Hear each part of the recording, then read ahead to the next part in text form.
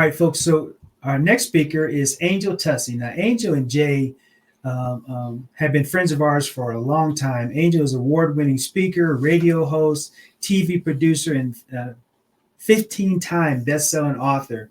She's a PR and marketing expert and guru. She's helped us. She's helped us with our the launch of our book, getting it on the hot new release list for Amazon. And Angel is, everybody that meets Angel afterwards, they just fall in love with her. She's just so awesome. So, Angel, welcome to the call. Oh my gosh. Thank you so much, Cheryl, Casper. I'm so excited for the launch of this whole new program and seeing what you two are putting together for the sake of marriages and for the sake of couples across the country, across the globe. Super honored to have been invited to write the foreword for Divorce Proof Your Marriage and to see that it rose up to the Amazon bestseller list. Like, more couples need this book. So a little background about me, my husband, Jay, and I, we have been married for 30 years. And it's kind of amazing, right? That we're still together after all this time. I tell people that most of them have been happily married, but we did have a really big hurdle in about year 13. And so I thought I would share today just some tips on how Jay and I came from really being on the brink of splitting up, the brink of filing for divorce and splitting up our family. At the time, we had been married 13 years. We had 13-year-old twin daughters and a 9-year-old son, and how God was able to bring us back around to where we are today, which is happily married, probably more in love today than we were when we first said I do. And so I thought I would just share like a couple of things with how we kind of came through the other side. And because I know like it's just so tough, right? When you are in that space and you see all these happy couples around you, or you see all these separated couples around you, can you actually get through the darkness and the struggle and the trial? And I'm just here to tell you that absolutely, God's hand was in our marriage throughout the whole time, but there were some things that Jay and I had to physically do. And so the first thing that I think really helped us kind of get through to the other side and really bring our family back into alignment was learning about the love languages.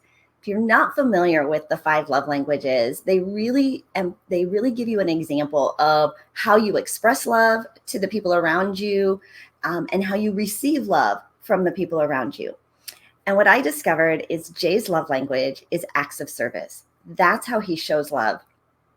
Filling up my car with gas, right? Picking me up from the airport, willing to do things for me. Had I not understood that every time he went and did some of those things, that was how he was expressing his love for me, I would have dismissed it, right? I wouldn't have noticed it because that wasn't my love language for how I was receiving love. But once I understood that was how Jay showed me love, I was all for acts of service being my love language, right? Because I knew that was how he was expressing his love for me. Now, his love language of how he receives love is words of affirmation. Words are super important to Jay. He needs me to edify him. He needs me to endorse him. I remember one time like having just a snide comment to him, and I didn't think anything of it, but it just crushed him. But once I knew what his love language was, I could then send him love. And now we had like this really, like we could just feel the love for each other in a way that I hadn't recognized. For 13 years, I hadn't recognized all the things that he was doing, which then brings me to my tip number 2. Once I understood his love language, I started keeping what I call a love list of things that recognized the love that Jay had for me, the love that he had, what a great father he was, what a great provider, what a great husband he was. And so every day I would look for things that Jay was doing that I could fall in love with. I tell everybody, you find what you go looking for. If you want to find your husband, your spouse, your partner, anybody around you, like being a pill and like their faults and what they're doing to aggravate you, you will absolutely find it. But if you go looking for love, right, and you go looking for ways that they express their love to you and find ways to express your love to them, you will absolutely find what you go looking for. And at the time, Jay and I were finding ways to split up, right? We were looking for ways to move apart and looking for things that drove that wedge like even bigger. But as soon as we started finding ways to bring us together and looking for love, I wrote in my love list every day for a year. 3 to 5 things every day that showed me. I went looking for ways that Jay was a good husband, a good provider, a good lover, a good husband, like all the things. And I went looking for love, and I found it in my husband. And the third thing was we decided we needed to start spending time together. We had discovered that we had gotten to a place in our marriage where we were just, copacetic roommates, right? There was no intimacy. There was no passion. Really, we would be in the car. We would talk to the kids. We would talk about the kids. We would talk to the kids. We would talk with the kids. But really, when it came down to it, and if it was just me and Jay alone, there was nothing to talk about. We weren't spending time together as a couple. We didn't have common interests. The only thing we had in common were those babies. And I knew that there was going to be a time when they were going to grow up and leave the roost, right? And it was going to be just him and I. And I was seeing couples all around us who had gotten into that space of, that 15 to 20 year mark where they decided to split up because they had done their job, right? We raised our family, and now we're going to go and pursue our separate interests. So Jay and I decided we needed to start dating. Yep, dating each other. What a concept, right? To fall in love and want to spend time together. But we weren't like really fussy. Like we weren't like all romantic and gushy, right? Like, so going out to dinner and like really doing that kind of stuff, we had to start slow. So we started with going out once a week, grab a cup of coffee from our coffee shop, and we would go grocery shopping.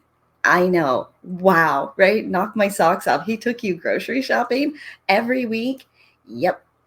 For a whole hour, we'd walk through that grocery store. We were doing something practical for our family, but we'd talk, right? No interruption from the kids. We left them at home. And it gave us an opportunity to connect and just have a conversation with each other.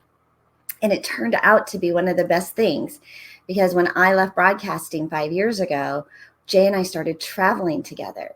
Had we not been spending time every week on a regular basis, just having conversations and connecting and really learning to enjoy each other's company, that would have been a terrible thing for our relationship. What a strain, right? When you're traveling, you're really dependent on your partner because you're going into unknown places. You have no idea where you're going, what you're doing, what to expect. And you really have to trust and care and respect your partner. And so those were kind of the 3 things that glued us together in a time when we truly were on the brink of separating. And what it's turned into now is this incredible, loving marriage full of respect. We actually moved from Denver. Sorry, Casper and Cheryl, that we had to move away. But we moved away from Denver a couple of years ago. Our kids had all moved out. We were empty nesters, and we chased them down to Orlando, Florida, where we spend time together as family really as often as we can. Jay and I, we tootle around our house. We do fun things together. We hang out with each other.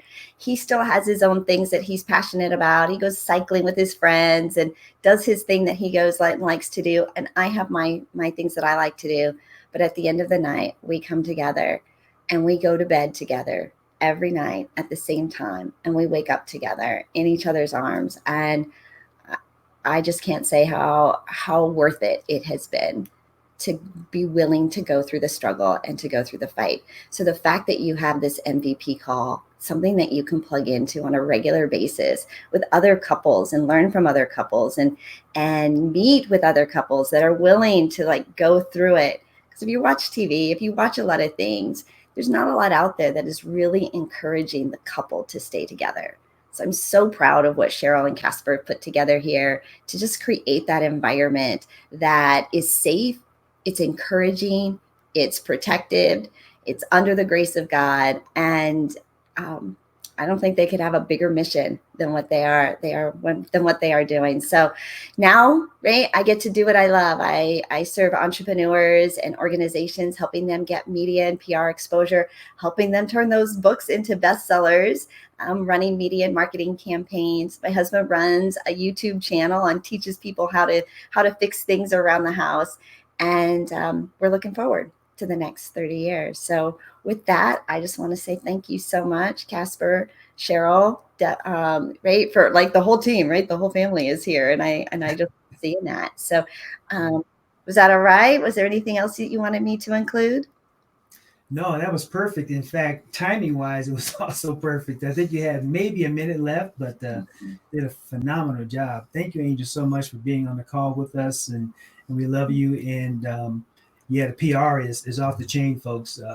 We're getting picked up by media outlets every day. So thank you, Angel. Appreciate you. Thank you. Thank you. All right. Big hearts to you all. All right. And to all the other speakers today, right? Thank you so much. Thank you. Thank you, Angel.